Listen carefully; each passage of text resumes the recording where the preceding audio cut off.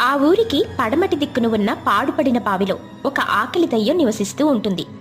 తనకి ఎప్పుడు ఆకలైతే అప్పుడు ఊరి మీద ఎవరు చెక్కితే వాళ్ళని పట్టుకొని బావిలోకి తీసుకెళ్లి తన ఆకలి దాహం తీర్చుకుంటూ ఉంటుంది. దాంతో ఆ ఊరి వాళ్ళు భయభ్రాంతులకు గురవుతూ ఇంట్లో నుండి బయటికి రావాలంటేనే బెంబేలెత్తిపోతూ ఉంటారు.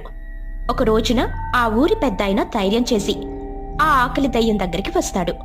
అతన్ని చూసి ఆకలి దయ్యం ఇలా అంటుంది, నాకిప్పుడు ఆకలిగా లేదు, తరువాత రాపో, తింటాను.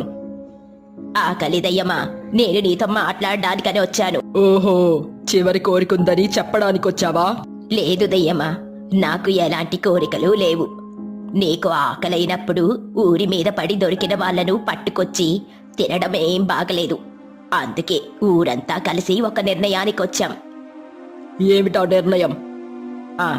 నీకు ఆకలైనప్పుడు చెప్పితే మాలో మేమే ఒకరం నీ దగ్గరికొస్తాం. అప్పుడు నువ్వు అలా వచ్చిన వాళ్ళను తిని వాళ్ళ రక్తం తాగి జీవిస్తూ ఉండు. ఇదేదో బాగుంది. అయితే ఒక పని చెయ్యండి. నేను దీపంలా మారి ఏ ఇంటి ముందుకొచ్చి ఆగిపోతానో ఆ ఇంటి నుండి ఒక మనిషి నాకు ఆహారంగా రావాలి. అలాగే ఆకలి దయ్యమా అని చెప్పి ఆ పెద్దాయన అక్కడి నుండి వెళ్ళిపోతాడు. కొంత సమయం గడిచిన తర్వాత ఆ బావిలో నుండి దయ్యం బయటకొచ్చి ఒక దీపంలా మారి ఊరంతా తిరుగుతూ ఒక ఇంటి ముందుకొచ్చి వాలుతుంది. ఆ ఇల్లు వీరయ్యది. అతని భార్య సావిత్రి చనిపోతే కొడుకు తేజ్ను చూసుకుంటూ చేతనైన కూలీ పని చేసుకుంటూ ఉన్నంతలో సంతోషంగా జీవిస్తూ ఉంటాడు. కిటికీలో నుండి తన ఇంటి ముందు ఆగిన ఆకలి దయ్యపు దీపాన్ని చూస్తాడు. కన్నీళ్లు పెట్టుకుంటాడు. బాబు తేజ్, దయ్యం దీపం ఈరోజు మన ఇంటి ముందు వచ్చాగింది. నేను ఆ దయ్యానికి ఆకలిగా వెళ్తున్నాను. ఆ దయ్యం పూర్తిగా నన్ను తినేస్తుంది. నువ్వు జాగ్రత్తగా ఉండు బాబు. నీకు తోడుగా నీడగా నిత్యం మనం పూజించే ఆ ఆంజనేయ స్వామి ఉంటాడు బాబు. నాన్న, నేను కూడా నీతో పాటు ఆ ఆకలి దయ్యం ఉన్న బావి దగ్గరికి వస్తాను. ఆకలి దయ్యాన్ని వేడుకుంటాను నాన్న, బతిమాలుకుంటాను.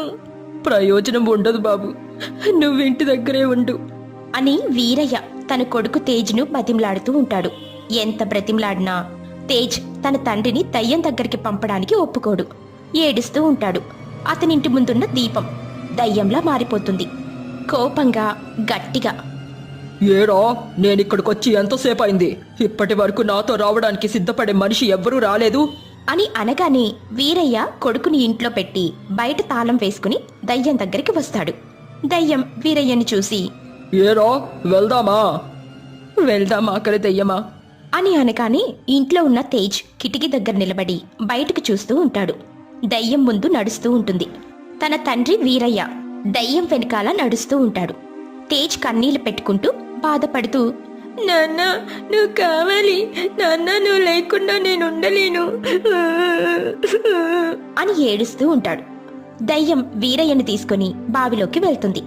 ఇంట్లో ఏడుస్తున్న తేజ్కు వాళ్ళు పూజించే ఆంజనేయ స్వామి కనిపిస్తాడు. పరుగున ఆంజనేయ స్వామి దగ్గరికొచ్చి చేతులు జోడించి బాధగా కన్నీళ్లు పెట్టుకుంటూ, ఆంజనేయ స్వామి, నాకు తెలివచ్చినప్పటి నుండి మంచికి చెడుకి అన్నిటికీ నిన్నే పూజిస్తూ వస్తున్నాం కదా స్వామి. నేనెప్పుడూ నిన్ను ఏమీ అడగలేదు. అడిగే అవసరం నువ్వు మాకు కల్పించలేదు స్వామి. కానీ ఈరోజు నువ్వు ఆదుకోవాల్సిన అవసరం వచ్చింది తండ్రి. ఆ ఆకలి దయ్యం నుంచి మా నాన్నను కాపాడు స్వామి అని బాధపడుతూ వేడుకుంటూ ఉంటాడు. ఆంజనేయ స్వామి తేజ్ ముందు ప్రత్యక్షమవుతాడు. అది చూసి తేజ్ సంతోషపడుతూ దండం పెట్టుకుంటాడు. అమ్మలేని నాకు నాన్నని కూడా లేకుండా చేసి అనాథగా మార్చొద్దు. తేజ్, మీ నాన్నకి ఏమీ కాదు, నేను కాపాడి తీసుకొస్తాను అని చెప్పి ఆంజనేయ స్వామి అక్కడ మాయమై ఆకలి దయ్యం ఉంటున్న బావి దగ్గరికి వస్తాడు. పాడుబడిన బావిలో ఉన్న ఓ ఆకలి దయ్యమా, నీ ఆకలిని తీర్చడానికి నేనొచ్చాను. రా, వచ్చి నన్ను తిని నీ ఆకలి తీర్చుకో అని అంటాడు.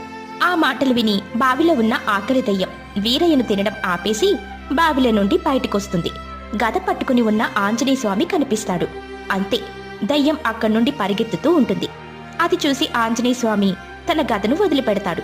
ఆ గద గాలిలో తేలియాడుతూ దయ్యాన్ని వెంబడిస్తూ ఉంటుంది. అది చూసి ఆంజనేయ స్వామి నవ్వుతూ ఉంటాడు. గద దయ్యాన్ని కొడుతూ ఉంటుంది. ఆ దెబ్బలకి తట్టుకోలేక ఆకలి దయ్యం ఆంజనేయ స్వామి దగ్గరికి వస్తుంది. గద కూడా స్వామి దగ్గరికి వస్తుంది. ఓ ఆకలి దయ్యమా, ఈ బావిని వదిలిపెట్టి వెళ్ళిపోతావా? ఇంకా ఇక్కడే ఉండి నాతో గొడవ పడతావా?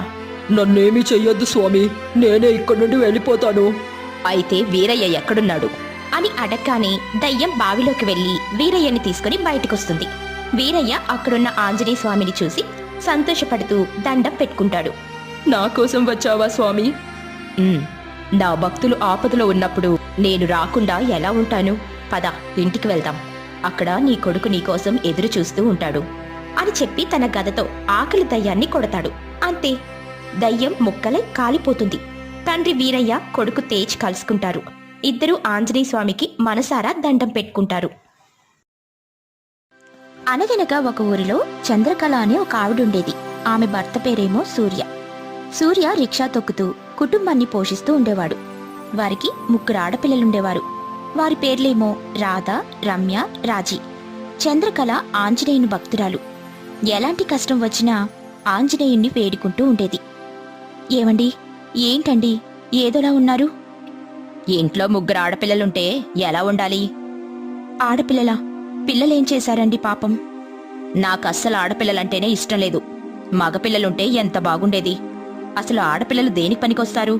వారి వల్ల ఖర్చులు తప్ప ఎలాంటి లాభం లేదు. మన అమ్మాయిల వల్ల అసలు ఎలాంటి కష్టం ఉందండి? వారి వల్ల ఏమంత ఖర్చవుతుంది? ఇప్పుడు ఖర్చు కాకపోవచ్చు, కానీ ఒక వయసు వచ్చాక వారికి పెళ్లి చేసి పంపాలి. కట్నం ఇవ్వాలి, బంగారం కొనాలి. అదే మనకు మగపిల్లలు పుట్టుంటే వారికి ఎలాంటి ఖర్చు పెట్టాల్సి ఉండేది కాదు. మనకే అదనంగా కట్నం వచ్చేది. మీరలా ఆలోచించకండి. మగపిల్లవాడైనా ఆడపిల్లైనా ఇద్దరూ సమానమే. వారిని మనం చదివిస్తే చాలు, వారి భవిష్యత్తు బాగుంటుంది. నువ్వెన్నైనా చెప్పు, నేను అసలు ఈ ఆడపిల్లలను దగ్గరికి కూడా రానివ్వను అంటూ ఇంటి నుండి బయటికి వెళ్ళిపోతాడు సూర్య. అమ్మా, ఎందుకమ్మా? నాన్నకి మేమంటే అస్సలు ఇష్టం లేదు. అవునమ్మా, నాన్న మమ్మల్ని అస్సలు పట్టించుకోడు, ఎప్పుడూ చిరాకుగా ఉంటాడు. అవును, నాన్నలు తమ పిల్లలతో బాగా ఆడుకుంటారు, కానీ నాకు ఆడుకోవాలని నాన్న దగ్గరికి నేను వెళ్తే అస్సలు పట్టించుకోడు. అయ్యో, అదేం లేదమ్మా. మీ నాన్న ఏదో పని ఒత్తిడిలో ఉండి అలా మాట్లాడాడు. ఆయనకు మీరంటే చాలా ఇష్టం. అలా చంద్రకళ వారికి సర్ది చెప్తుంది. కానీ లోపల చాలా బాధపడుతూ ఉంటుంది. వెంటనే తన ఇష్టదైవమైన ఆంజనేయ స్వామి ముందు కూర్చొని ఏడుస్తూ ఇలా అంటుంది. స్వామి, నాకు ఎలాంటి కష్టం వచ్చినా, ఎంత సంతోషం వచ్చినా ముందు నీకే చెప్పుకునేదానిని. ఇప్పుడు నా జీవితంలో మళ్ళీ కష్టం వచ్చింది. ఆడపిల్లల్ని మనుషుల్లా చూడట్లేదు మా ఆయన. ఎప్పుడు చూసినా మగపిల్లాడు కావాలని గొడవ చేస్తూనే ఉన్నాడు. ఇంట్లో ఉన్న 3 ఆడపిల్లల్ని ఎప్పుడూ తిడుతూ ఉంటాడు. పాపం చిన్నపిల్లలు బాధతో ఏడుస్తూ ఉన్నారు. నువ్వే మాకి కష్టాన్ని దూరం చెయ్యాలి. అలా చంద్రకళ ఆంజనేయ స్వామి ముందు ఏడుస్తూ తన బాధ మొత్తం చెప్పుకుంటూ ఉంటుంది. అలానే అక్కడే స్వామి పటం ముందు పడుకుంటుంది. మరుసటి రోజు సూర్య యథావిధిగా రిక్షా తీసుకుని బయటకు వెళ్తాడు. అలా రోజంతా కష్టపడి ఇంటికొస్తాడు. ఏమండి, మీకొక విషయం చెప్పాలి. ఏమిటది? ఇంట్లో సరుకులైపోయాయా? ఇప్పుడు నా దగ్గర ఇవ్వడానికి డబ్బులు లేవు. అయ్యో, అది కాదండి, నేనిప్పుడు గర్భవతిని. అవునా? అయితే పద, నిన్నిప్పుడే హాస్పిటల్ తీసుకుని వెళ్తాను. అలా సూర్య తన భార్యని హాస్పిటల్కి తీసుకుని వెళ్తాడు. అలాగే అక్కడ లింగ నిర్ధారణ పరీక్ష కూడా చేయిస్తాడు. ఆ పరీక్షలో చంద్రకళ కడుపులో పెరుగుతుంది, ఆడపిల్ల అని నిర్ధారిస్తారు డాక్టర్లు. నాకు మళ్ళీ ఆడపిల్లని కనాలని అస్సలు లేదు. అలా అనకండి. ఇప్పటికే 3 పిల్లలు నాకు భారంగా ఉన్నారు. ఇప్పుడు మరొక అమ్మాయి నాకొద్దు. వెంటనే అబార్షన్ చేయిస్తాను. నేను అస్సలు ఒప్పుకోను. ఒక ప్రాణాన్ని తీయడం మహాపాపం. అలా చంద్రకళ అబార్షన్కు ఒప్పుకోకపోవడంతో సూర్య అలిగి ఇంటి నుండి వెళ్లిపోతాడు. పాపం గర్భవతి అయిన చంద్రకళ ఒంటరిగా తన 3 కూతుర్లతో అదే ఇంట్లో ఉంటుంది. అలా కొన్ని నెలలు గడుస్తాయి. అమ్మా, మాకు ఆకలిగా ఉంది. ఇంట్లో ఉన్న అన్ని సరుకులు అయిపోయాయి. చెల్లెళ్ళు ఆకలితో ఏడుస్తూ ఉన్నారమ్మా. ఇక నేను ఇలా చేతగాని దానిలా ఇంట్లో కూర్చొనుంటే నా పిల్లలు ఆకలితో మరణించాల్సి వస్తుంది.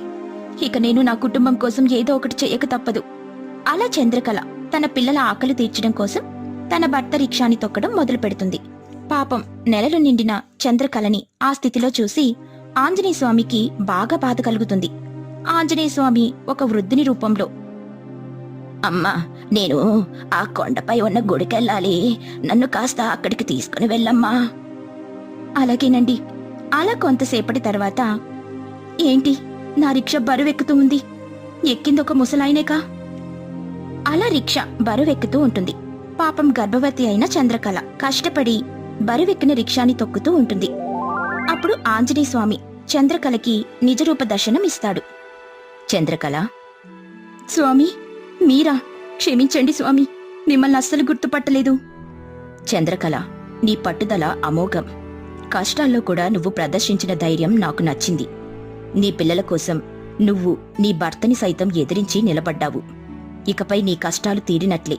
నీకు మగబిడ్డ జన్మించబోతున్నాడు అంటూ రిక్షా నిండా బంగారంతో నింపేస్తాడు ఆంజనేయస్వామి. అలానే ఆమెను దీవించి మాయమైపోతాడు. కొన్ని రోజులు గడిచాక ఆమెకి మగబిడ్డ జన్మిస్తాడు. తప్పు తెలుసుకుని సూర్య ఇంటికొచ్చి అందర్నీ బాగా చూసుకుంటాడు.